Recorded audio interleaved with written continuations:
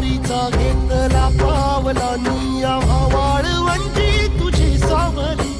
गळा भेट घेण्या भीमेची निघाली तुझ्या नाम घोषात इंद्रायणी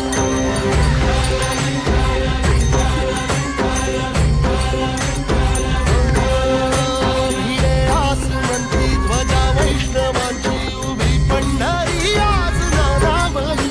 तुझे नाव ओठी तुझे रूप ध्यानी जीवाला तुझी आस गाला घरी जरी बाप साऱ्या जगाचा परी तू आम्हाला करांची